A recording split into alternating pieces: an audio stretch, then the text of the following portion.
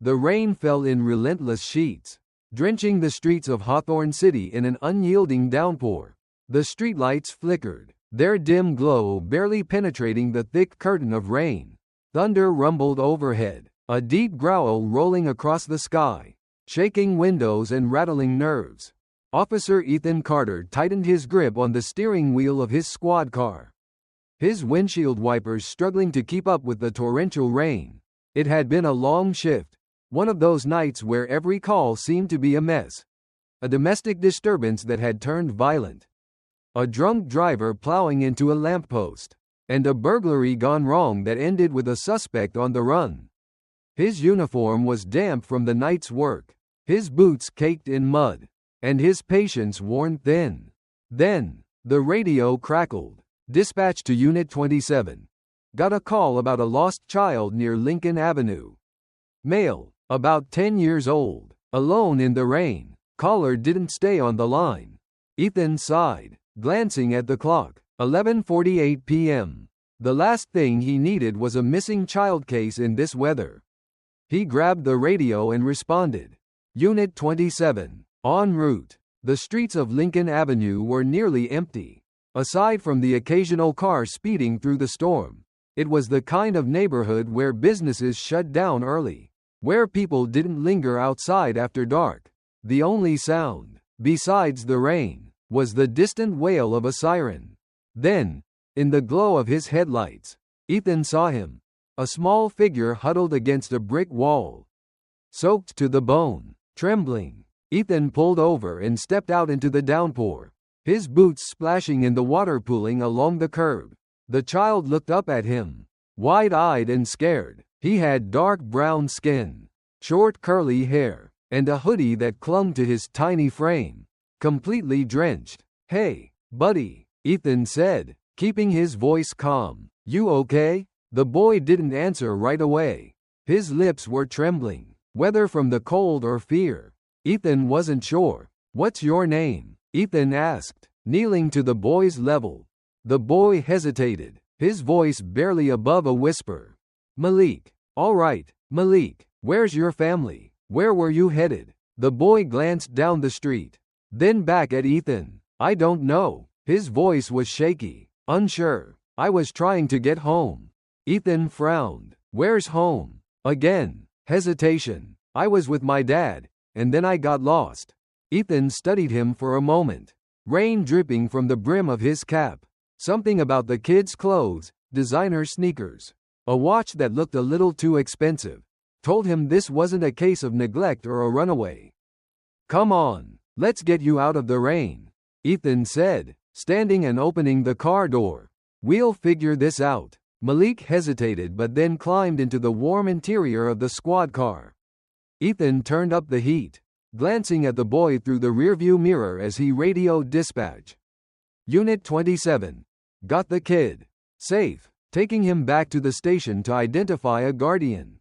The voice on the other end crackled. Copy that. Unit 27. Ethan put the car in gear and drove toward the station, unaware that this simple act of kindness was about to change his life forever. Malik sat stiffly in the backseat, his small hands gripping the fabric of his hoodie as the squad car rumbled through the rain-soaked streets. Every few moments, Ethan caught the boy stealing glances at him in the mirror, uncertain but curious. "You warm enough?" Ethan asked, turning up the heat a little more. Malik gave a small nod but didn't speak. At the station, the fluorescent lights cast a stark glow on the gray walls as Ethan led Malik inside. The place was quieter than usual at this hour, aside from a few officers typing up reports or chatting over cups of stale coffee. Ethan draped a dry blanket over Malik's shoulders and set a steaming cup of hot chocolate in front of him, courtesy of the old vending machine in the break room. Malik wrapped his fingers around the cup, letting the warmth seep in. "You hungry?" Ethan asked. Malik hesitated, then nodded. Ethan stepped into the break room, rummaging through the snack stash, and returned with a slightly crumpled bag of pretzels and a pre-wrapped sandwich from the fridge. "Not gourmet, but it'll do," Ethan said. Malik took the sandwich, unwrapped it slowly, and took a careful bite. For a while, They sat in silence. You work here? Malik finally asked, his voice small. Ethan chuckled. Yeah, been a cop for almost 15 years. Malik looked down at his food. Are cops always nice? Ethan sighed, leaning back in his chair. I'd like to say yes. But, not always. Some are good. Some, not so much. Malik was quiet for a moment. You seem nice. Ethan felt something stir in his chest at the kid's simple honesty. He was used to people treating him like an authority figure, rarely as just a person. Thanks, kid, he said. Before he could say more, an officer approached. We ran his name, but no missing child report filed yet. The officer said, we'll keep looking. Ethan nodded, but something didn't sit right. Where was Malik's father? Why hadn't he called? Then, the phone at the front desk rang. The officer picked it up. Ethan watched as the officer's face changed, eyes widening, posture straightening, a few clipped responses. Then the receiver clicked back into place. Who was that? Ethan asked. The officer exhaled sharply. That was the mayor's office. His son is missing. Ethan froze. His gaze shifted to the small boy eating quietly across from him. Malik Johnson, son of Mayor Samuel Johnson. Ethan had just spent the last hour with the most powerful man's child in the city, completely unaware. The station erupted into controlled chaos. Officers snapped to attention, their conversations suddenly urgent as the gravity of the situation sank in. The mayor's son? One officer whispered. You gotta be kidding me. Ethan stood, pushing his chair back. His mind whirled as he looked at Malik, who still seemed blissfully unaware of the stir he'd caused.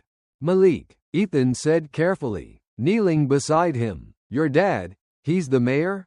Malik's eyes darted up, wide with guilt, as if he had been hiding a secret. He nodded slowly. Why didn't you tell me? Ethan asked, keeping his voice gentle. I didn't want people to treat me different. Malik mumbled. They always do. Ethan understood. He had seen it before. Kids of important people always walking on eggshells. Never knowing who was being nice because they wanted something. Before he could say more, the front doors of the station burst open. A group of suited men, flanked by two uniformed officers, stormed in, and at the center of it all, Mayor Samuel Johnson. His tall frame was commanding, his dark skin gleaming under the station's lights, his expression unreadable, but his eyes locked onto his son with a mixture of desperation and relief. Malik, the boy jumped to his feet. Dad, and just like that, the world around Ethan shifted. This wasn't just a missing child case anymore. This was about to change everything. Malik bolted from his seat, his small frame colliding into his father's chest with a force that seemed to carry all the fear and uncertainty of the past few hours. Mayor Samuel Johnson wrapped his arms tightly around his son, his composed public persona breaking for just a moment as he exhaled a deep, shaky breath. You're safe, the mayor murmured, his large hands cupping Malik's face, his dark eyes scanning for any signs of harm. Are you hurt? Did anyone? No, Dad, I'm okay. Malik interrupted softly. He helped me. The boy turned and pointed directly at Ethan Carter, who still stood by the table, watching the scene unfold with quiet observation. Ethan straightened his shoulders as the mayor's sharp gaze finally landed on him. It was the first time Ethan had ever been face to face with Mayor Johnson, the most influential figure in Hawthorne City. The man's reputation preceded him, an iron-willed leader, a staunch reformist, and a father fiercely protective of his son. For a moment, the tension in the air was thick enough to slice. The mayor's guards stood alert, as if unsure whether Ethan was a hero or a suspect. You're the officer who found my son. Johnson's voice was even, but there was an edge to it, sharp, scrutinizing. Ethan gave a small nod. Yes, sir. He was alone near Lincoln Avenue in the storm. I brought him here to keep him safe. Johnson studied him, his dark eyes piercing. It was the look of a man who had spent years trying to read people, searching for deception, for weakness. And what were you doing near Lincoln Avenue at that hour? The mayor pressed. Ethan didn't flinch. On patrol, sir, responded to a call about a lost child. I didn't know who he was until just now. The mayor let out a slow breath, the tension in his shoulders easing just slightly. He was kind to me. Dad, Malik piped up, stepping between them as if sensing the unspoken tension. He gave me a blanket and food. For the first time, something flickered in Mayor Johnson's expression, something softer. His gaze drifted to the table where the half-eaten sandwich and hot chocolate sat. Then back to Ethan. I see, the mayor said finally, his voice lower, measured. Before anyone could say more, the chief of police, Gregory Walsh, stormed into the room, his presence commanding. A thick-set man in his late 50s. Walsh's face was already flushed with stress. Mr. Mayor, Walsh said, nodding respectfully. Then, his gaze snapped to Ethan. Carter, what the hell happened here? Ethan clenched his jaw but kept his tone professional. I found Malik on my patrol, alone in the rain. Brought him here to keep him safe. That's all. That's all? Walsh's eyes widened. You do realize the entire city has been looking for him? The mayor's son goes missing. And instead of alerting every unit, you bring him in like it's just another case? Ethan remained calm. I reported it to dispatch. Walsh's lips pressed into a thin line. He turned to Johnson. Mr. Mayor, I assure you, we'll be conducting a full review of how this was handled. Johnson waved a hand dismissively. Enough, Walsh. The officer did the right thing. Silence. Everyone in the room turned to the mayor. Sir? Walsh blinked, as if he hadn't expected that response. Johnson crossed his arms, still watching Ethan. If Carter had made a scene, called in every unit, who knows how that might have played out? My son was scared, alone, and this officer treated him like a kid, not a political asset. I appreciate that. Ethan didn't expect the wave of relief that settled in his chest. But he kept his expression neutral. I owe you my thanks, Officer Carter. The mayor extended a firm hand. Ethan hesitated only a second before taking it. Just doing my job, sir. Johnson held his gaze for a moment longer, then turned back to Malik. Let's get you home, son. Malik hesitated, glancing at Ethan. Can I say goodbye first? The mayor raised a brow, surprised, then nodded. Go ahead. Malik turned to Ethan. Thank you. Ethan gave him a small smile. Anytime, kid. Malik hesitated again. Then, before Ethan could react, wrapped his small arms around him in a quick, tight hug. Ethan stiffened, momentarily caught off guard, but then he relaxed and patted Malik's shoulder. Then, just as quickly as he had arrived, the mayor swept his son away, his security detail flanking them as they exited the station. Ethan exhaled and ran a hand over his damp hair, his exhaustion finally catching up with him. Walsh turned to him, shaking his head. You've really stepped in it this time, Carter. Ethan frowned. What do you mean? The chief let out a dry chuckle. The mayor doesn't forget favors or debts. He gave Ethan a knowing look. This isn't the last time you'll see him. Ethan scoffed. I helped a kid, chief. That's all. Walsh just shook his head. Maybe, but whether you like it or not, you just got on Samuel Johnson's radar. And trust me, when the mayor notices you, things get complicated. Ethan didn't argue. Instead, he just stared at the door where Malik and his father had disappeared. An unsettling feeling creeping into his gut. Something told him that Walsh was right. This wasn't over. Not by a long shot. The next morning, Ethan Carter sat at his usual desk in the precinct, sipping coffee that was already turning lukewarm. His body ached from the long night before, but his mind was even more exhausted. Despite his best efforts to convince himself otherwise, he couldn't shake the feeling that his simple act of helping Malik Johnson was going to have consequences.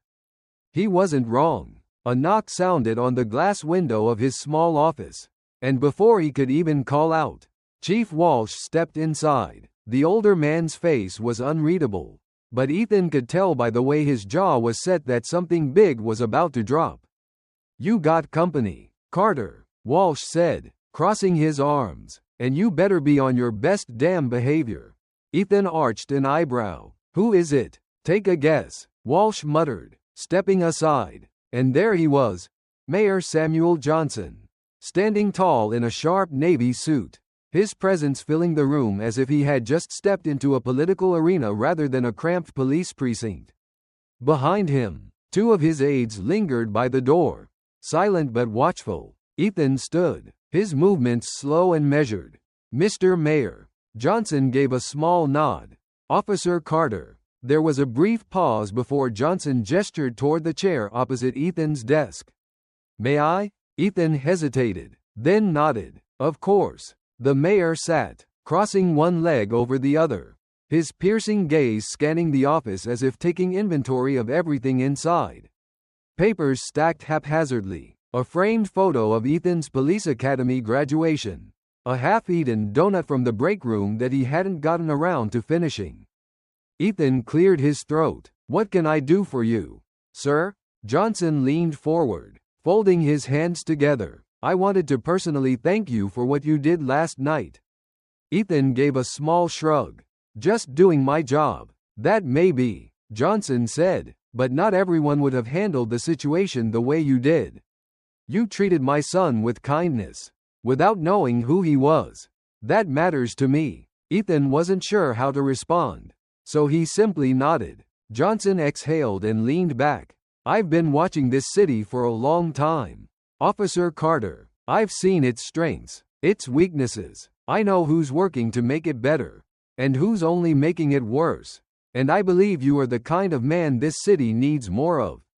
Ethan frowned slightly. "Sir?" The mayor's lips curved into the smallest of smiles. "I want you to consider taking on a new position, one with greater responsibility. There's a lot of work to be done in this city, and I need men I can trust." Ethan blinked. "You're offering me a promotion?" "In a way," Johnson said, "but not through the usual channels. I want you to join my task force, work directly under my office to clean up the corruption in this city." The words settled over Ethan like a weight. It was a once-in-a-lifetime offer. Working directly with the mayor meant influence, power, meant actually making a difference in ways that he never could as just another cop on the beat. But it also meant stepping into a world of politics, something Ethan had never wanted any part of. He ran a hand over his jaw. "With all due respect, Mr. Mayor." "Why me?" Johnson didn't hesitate. "Because last night, you proved that you don't play favorites. You did the right thing without thinking about the consequences. That's rare." Ethan considered it. He had spent years fighting small battles, trying to clean up the streets one case at a time. Maybe this was a chance to do something bigger. But something about it felt dangerous. "I'll need time to think about it," Ethan said finally. Johnson nodded, as if he had expected that answer. "Of course, but don't take too long, Officer Carter. The city waits for no one." With that, he stood, buttoned his jacket, and left. Ethan sat back in his chair, staring at the spot where the mayor had just been. What the hell had he just gotten himself into? Ethan didn't take the offer lightly. Over the next few days, he wrestled with the decision, weighing the risks and rewards. But as the week went on, he started to notice something strange. First, it was the way people at the precinct looked at him. Longer stares, hushed conversations as he walked by. Some officers congratulated him, assuming he'd already taken the mayor's offer. Others, however, looked at him with thinly veiled suspicion, as if he had suddenly switched sides. Then came the anonymous notes. The first one appeared on his desk in the middle of the night shift. "Be careful who you trust." The second was slipped under his car windshield. "Not everything is as it seems." Ethan had dealt with threats before. Gang members who didn't like cops. Criminals looking for revenge. But this felt different. This felt internal. And that was what unsettled him the most. One evening, after a long shift, Ethan stopped by his usual bar, Murphy's, hoping to clear his head. It was a dimly lit place. The kind where cops and firefighters nursed whiskey in silence after grueling shifts. He barely had time to take a sip of his drink before someone slid into the seat next to him. Detective Ray Delgado, a veteran officer with a reputation for knowing everything that went on in the city.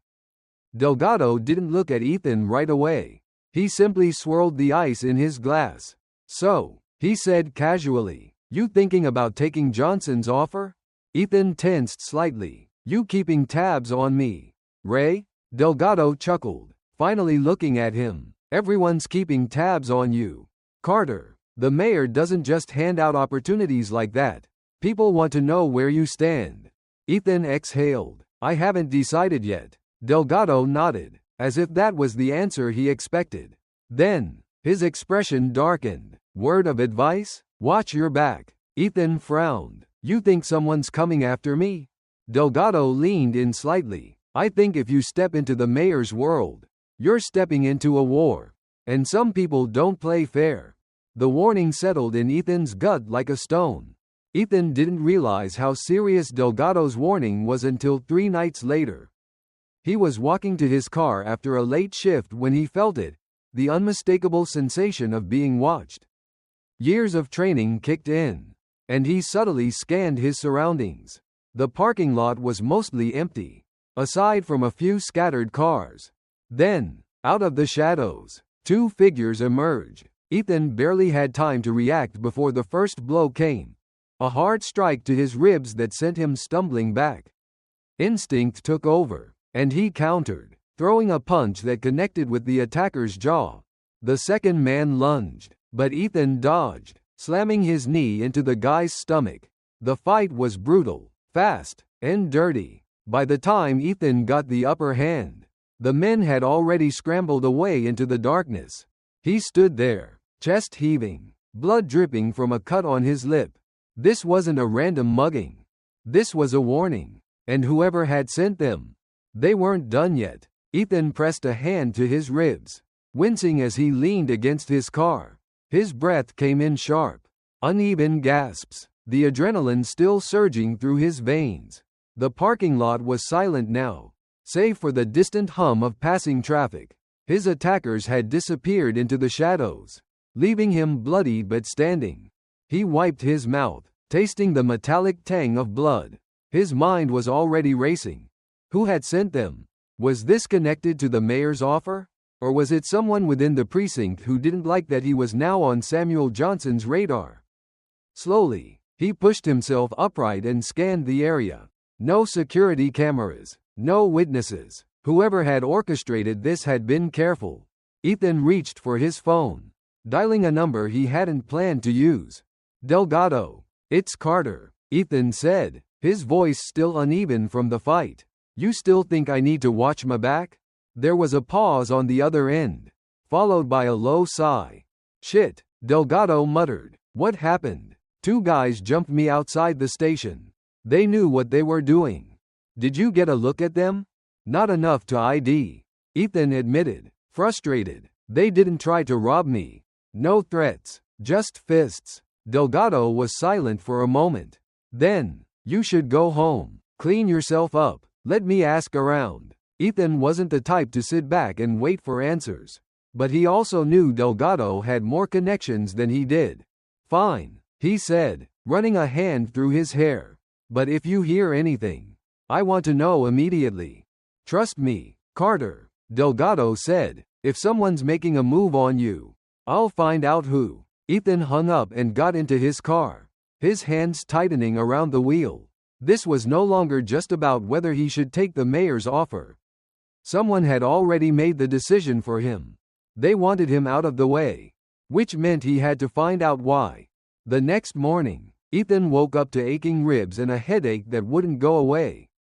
A dark bruise had already started forming along his side, a stark reminder of the night before. He had barely taken his first sip of coffee when his phone buzzed. "Mayor Johnson." Ethan exhaled. He knew he couldn't ignore it. "Carter, I assume you've had an eventful night." Johnson's voice was calm, but there was an underlying tension. "News travels fast," Ethan muttered. "I have my ways." There was a pause, We need to talk. In person. Ethan glanced at the clock. Where? City Hall. Now. The call ended before Ethan could protest. 30 minutes later, Ethan parked outside the grand stone building that housed the city's government. Rain drizzled steadily, soaking the steps leading to the entrance. He climbed them two at a time, ignoring the dull ache in his ribs. Inside, he was immediately ushered through a private corridor, away from the public offices.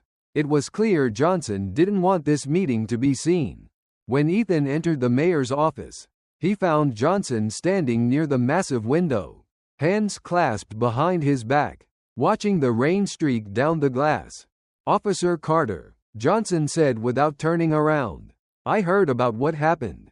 Ethan shut the door behind him. "Any idea who's behind it?" Johnson turned, his expression unreadable. "I have my suspicions." Ethan folded his arms. "Care to share?" The mayor exhaled, walking to his desk. "Hawthorne City is a complicated place. Officer Carter, corruption isn't just in the streets, it's in the government. The police force, the very foundations of this city." Ethan wasn't surprised. He had seen it firsthand. Officers taking bribes, politicians making deals in the shadows. The city wasn't broken, it was designed this way. "I need people I can trust," Johnson continued. "And the people who sent those men after you, they want to make sure you don't become one of them." Ethan studied the mayor, trying to gauge his intent. "You think this was a warning?" "I think it was a test," Johnson corrected. "And you passed." Ethan clenched his jaw. "So now what?" Johnson walked around his desk, placing a file in front of Ethan. "You join me," he said simply. "You help me clean this city from the inside out." Ethan stared at the file, hesitating. He wasn't sure if this was the beginning of something good, or the start of something even more dangerous. Later that evening, Ethan sat in his apartment, the file from the mayor still unopened on his coffee table. His mind was restless, replaying the night's attack, Johnson's offer, and everything that had led to this moment. Then, his phone rang again. Unknown number. Frowning, he picked up. "Officer Carter?" The voice was small, uncertain. Ethan's stomach twisted. "Malik?" There was a pause. Then, "Yeah, it's me." Ethan sat up straighter. "How did you get my number?" "Kid?" Malik hesitated. "I asked my dad's assistant." Ethan sighed. "All right, what's going on?" "I just wanted to check if you're okay." Malik admitted quietly. "I heard something happened to you." Ethan ran a hand over his face. "I'm fine, kid. Just a rough night." There was another pause. "Are you gonna work for my dad?" Ethan glanced at the file again. "I haven't decided yet." Malik was silent for a moment. Then, "I think you should." Ethan raised an eyebrow. "Oh yeah?" Malik's voice was small but firm. "You're a good person, and my dad needs good people." Ethan exhaled. Out of all the voices trying to sway him, this was the one that hit hardest. "All right, kid," he said finally. "I'll think about it." And for the first time, he actually meant it. The next morning, Ethan Carter walked into City Hall. This time, he wasn't hesitant. This time, he had made a decision. As he entered the mayor's office, Johnson looked up from his desk, his expression unreadable. "Well?" the mayor asked. Ethan placed both hands on the desk and met his gaze. "I'm in." Johnson's lips curved into the smallest of smiles. "Good, because we have work to do." Ethan had no idea what he had just signed up for, but he had a feeling there was no turning back now. Ethan Carter wasn't sure what he expected after agreeing to work with Mayor Samuel Johnson. But he quickly realized he was stepping into something far more complex than just a corruption cleanup. The first sign came that very evening, when he was given a new phone, separate from his personal and department-issued one.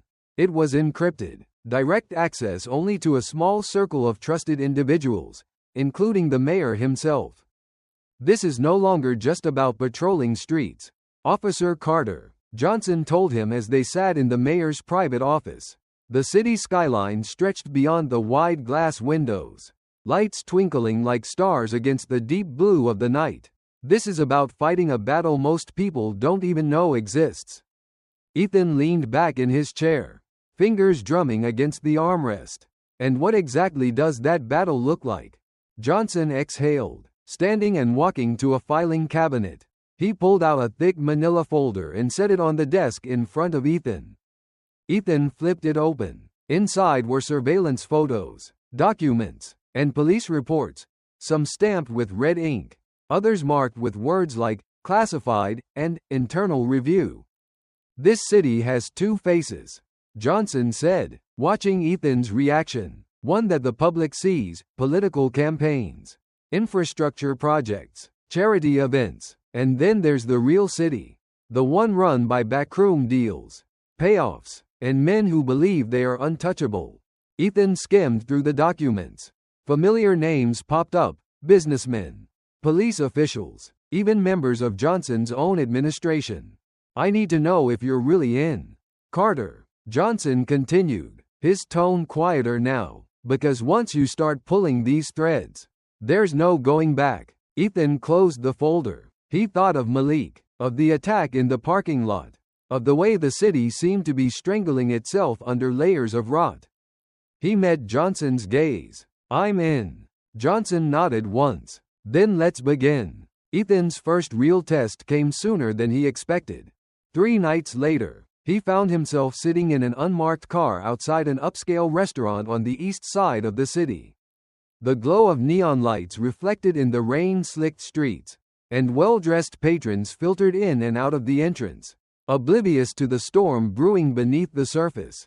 Beside him, an agent from Johnson's inner circle, a woman named Nia Harper, watched the restaurant through a pair of binoculars.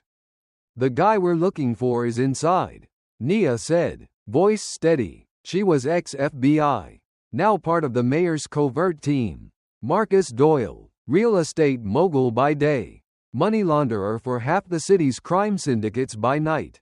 Ethan tapped his fingers against the dashboard. And what's the play here? We storm in, slap some cuffs on him? Nia smirked. Not quite. We're watching, gathering intel. Doyle's not the big fish. He's the middleman. If we take him too soon, we lose our shot at the ones really running the show. Ethan exhaled, watching as Doyle, an older man in a tailored suit, laughed and clinked glasses with another man at the table. They looked comfortable, Ethan muttered. They are, Nia said. People like Doyle don't get nervous. They think they're invincible. Ethan's stomach twisted. He had spent his entire career taking down street-level criminals. But this was different. This was about the people who never got caught. The ones who pulled the strings from the safety of their penthouses. His phone buzzed. A message from Johnson. Follow the money. Find out who he's protecting. Ethan looked back at Doyle. The man had no idea his world was about to collapse. And Ethan was going to make sure of it. Over the next several days, Ethan followed the money trail. What started as a simple surveillance job turned into something much darker. Bank records showed large sums being funneled through shell companies, businesses that existed on paper but had no real operations. The deeper Ethan dug, the worse it got. Doyle wasn't just laundering money for criminals. He was moving funds for people inside the police force. The discovery hit like a punch to the gut. Ethan sat in his apartment, papers spread out before him. He traced the transactions, recognizing familiar names from the precinct, officers, captains, even someone high up in internal affairs. His pulse quickened. This wasn't just about corruption anymore. This was about the police protecting the criminals instead of stopping them. His phone rang. It was Delgado. We need to meet, Delgado said, his voice urgent. Now. Ethan grabbed his jacket and headed for the door. Something told him he wasn't the only one who had started connecting the dots. And that meant he was running out of time. The meeting spot was an abandoned parking garage on the west side of the city. Ethan pulled in, headlights slicing through the darkness. Delgado was already there, leaning against his car, smoking a cigarette. His face was unreadable, but his posture was tense. Ethan stepped out, shoving his hands into his jacket pockets. Talk to me, Ray. Delgado exhaled smoke and flicked the cigarette to the ground.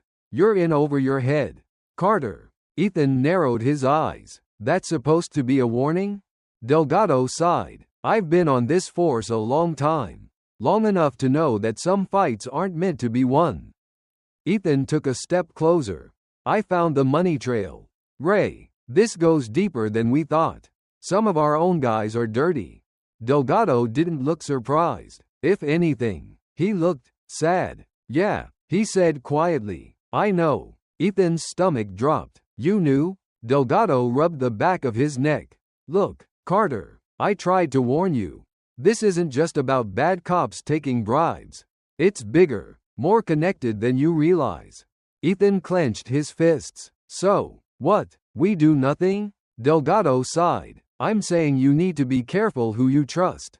Ethan studied him, suspicion creeping into his mind. Why'd I get the feeling you're not just here to warn me? Delgado hesitated, then took a slow step back.